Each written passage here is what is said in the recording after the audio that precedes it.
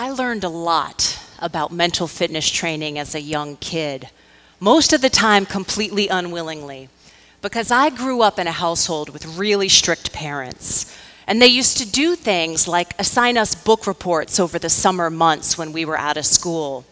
And I would work on this assignment, turn it in, and I'd always get my first try back with a grade of D or F.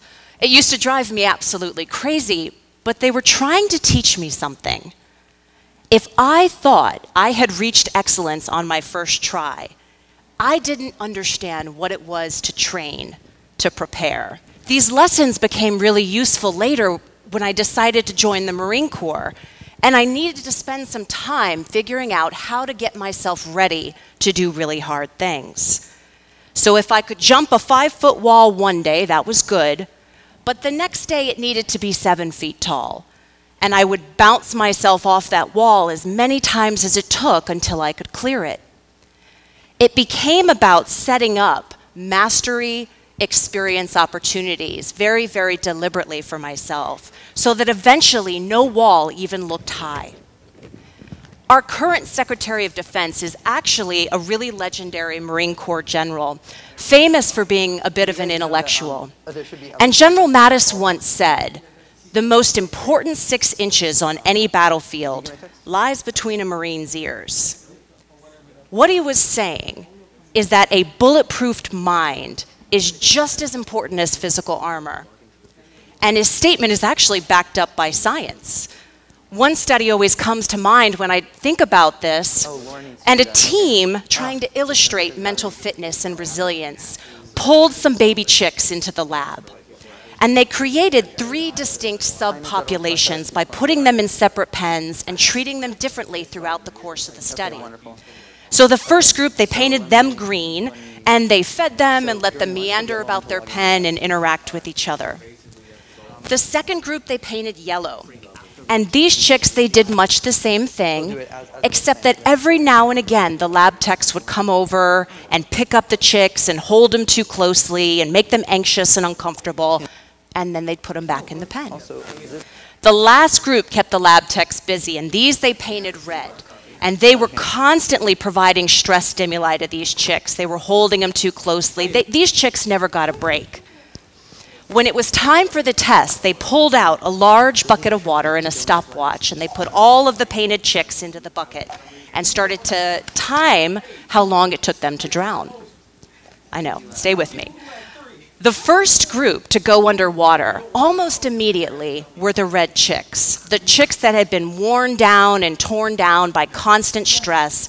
They faced that bucket of watery hardship and felt like they didn't have a shot, so they drowned almost immediately.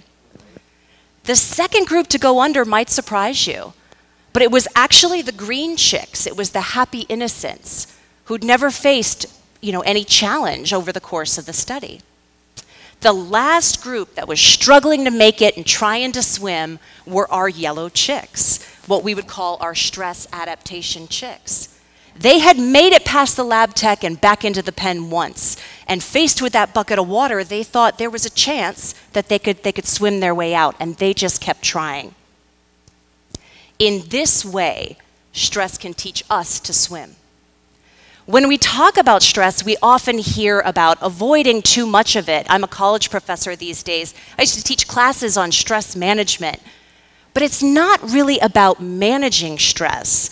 It's about learning to harness it, learning to use challenge and adversity as the building blocks of our own mental fitness training program. So to learn how to do this for yourself, you want to understand a little bit about your own wiring. The front portion of our brain, the frontal cortex, houses something called working memory capacity. And working memory capacity, when it's grown, and we can grow it, changes the way we respond to stress. We react to it much, much better. Working memory capacity does a couple of things. One, our upper level cognition happens here. So our ability to focus, our ability to do really complex tasks. Two, it houses emotional regulation. So our ability to interact intelligently with other people, to respond rather than, react angrily.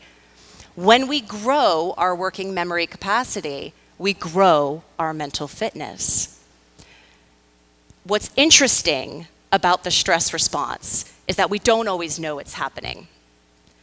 What did stress feel like to you the last time you noticed it, the last time you felt stress in your body? So I'd like you to picture yourself for a moment at your awkward age. So for most of us, it was back at 11 or 12. For me, it was last week, but that's not the point. I want you to think about yourself at an awkward time of your life. And you're walking into your school cafeteria, but today, you don't know if your friends are there.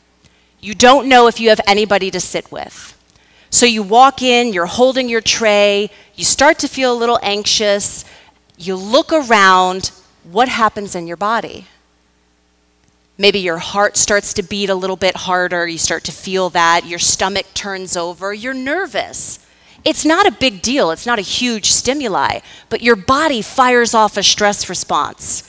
And you have cortisol and adrenaline and a lesser known hormone called DHEA flooding into your bloodstream. DHEA is fascinating because its entire job is to go to your brain after stress, grow it so that you're better prepared to meet that stressor next time. DHEA is the prime mover of a mental fitness training program. But there's a catch, right? There's always a catch.